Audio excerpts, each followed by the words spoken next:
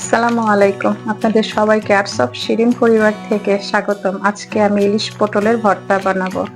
তো ভর্তার জন্য নিয়ে দিব এখানে পেঁয়াজ, ধনেপাতা,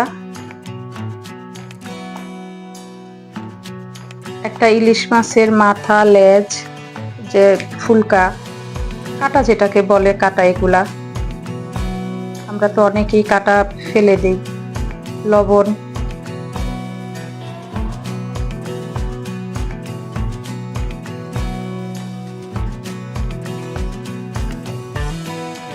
আড়াইশো গ্রাম পটল নিয়েছি। পটলগুলি হালকা করে চেঁচে নেব, ভালো করে পরিষ্কার করে চেঁচে নেব।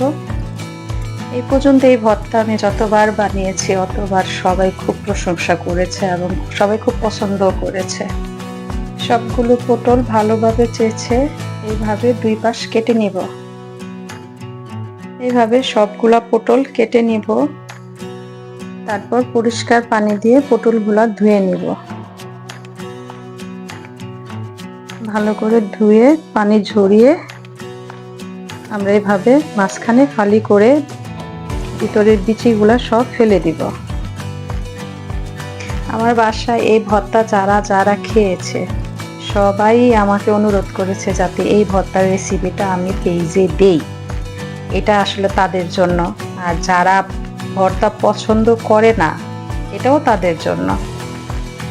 তো ভর্তাটা একবার হলেও ট্রাই করবেন আপনারা।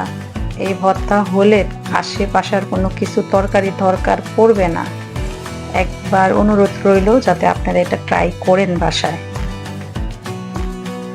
পটলগুলোর বিচিগুলা সব ফেলে দিছি। এখন ওই কুচি কুচি করব, ছোট ছোট করব। সবগুলা পটল এভাবে কুচি কুচি করব। পটলগুলো ছোট করার কারণ যাতে ভাজলে তাড়াতাড়ি সহজেই সিদ্ধ হয়ে যায়। সবগুলো উপকরণ আমি রেডি করে ফেলছি। চলেন রান্নাঘরে যাই। সবগুলো উপকরণ চুলার পাশে সাজিয়ে নিলাম।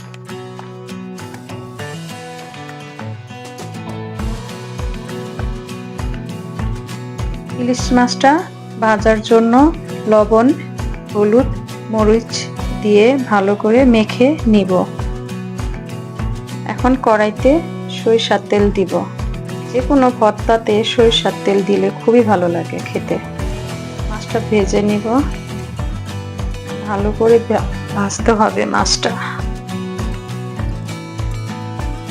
লাল করে ভাজতে হবে মাছটা। আমরা তো অনেকেই মাথা, ইলিশের মাথা, লেজু খাইতে চাই না।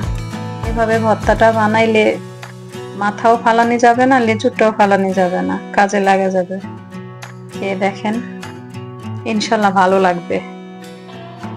আমার ইলিশ মাছটা ভাজা হয়ে গেছে। ভালো করে মুচমুচে করে ভাজতে হবে। এখন ইলিশ মাছটা আমি তুলে নিব। এখানে একটা মাথার যা আছে সব, লেঞ্জুর ইলিশের এগুলা সব এখানে আছে। এগুলা সব ভালো করে ভেজে মুচমুচি করে তুলতে হবে। এখন আমি পটল দিয়ে দিব। পটল ভাজবো। পটল ভালো করে ভাজতে হবে। একটু লবণ দিয়ে দিলাম।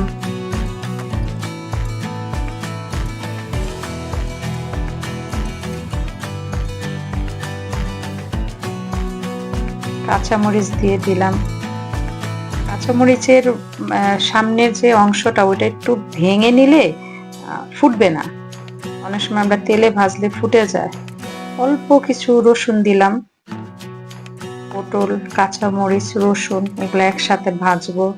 পেঁয়াজ দিয়ে দিলাম, পেঁয়াজও ভাজবো। পেঁয়াজটা অত ভাজা লাগে না, অল্প ভাজলেই হয়।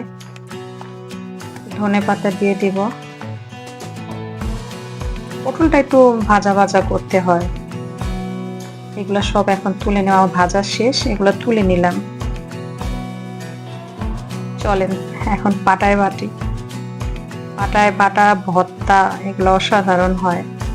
এই ভর্তাটা বাটতে গেলে একটু কষ্ট হবে, কাটা যেহেতু কাটা, যেগুলা বড় বড় কাটা এগুলো তুলে নেবেন। আমার ভর্তা বানানো হয়েছে, মাছটা বাটা হয়েছে। এখন আমি পটল, কাঁচামরিচ এগুলো একসাথে নিয়ে বাটবো। আমার ভর্তাটা প্রায় হয়ে গেছে। পেঁয়াজটা সবার শেষে দিব, যাতে পেঁয়াজের গ্রানটা এটাতে পুরোপুরি আসে। আর পেঁয়াজটা সবসময় খেয়াল রাখবে যাতে আদা বাটা হয়। আমার ভর্তা বানানো শেষ, আমি এখন তুলে নিলাম। এখন ভর্তাটা গরম গরম ভাতের সাথে পরিবেশন করব। আম ডাল রান্না করেছিলাম এই ভর্তার সাথে, তো কেমন লাগলো অবশ্যই জানাবেন। আর অবশ্যই এই ভর্তাটা বাসায় বানাবেন, আমাকে জানাবেন কেমন লাগছে ভর্তা। আসসালামু আলাইকুম, সবাই ভালো থাকবেন, দোয়া করবেন।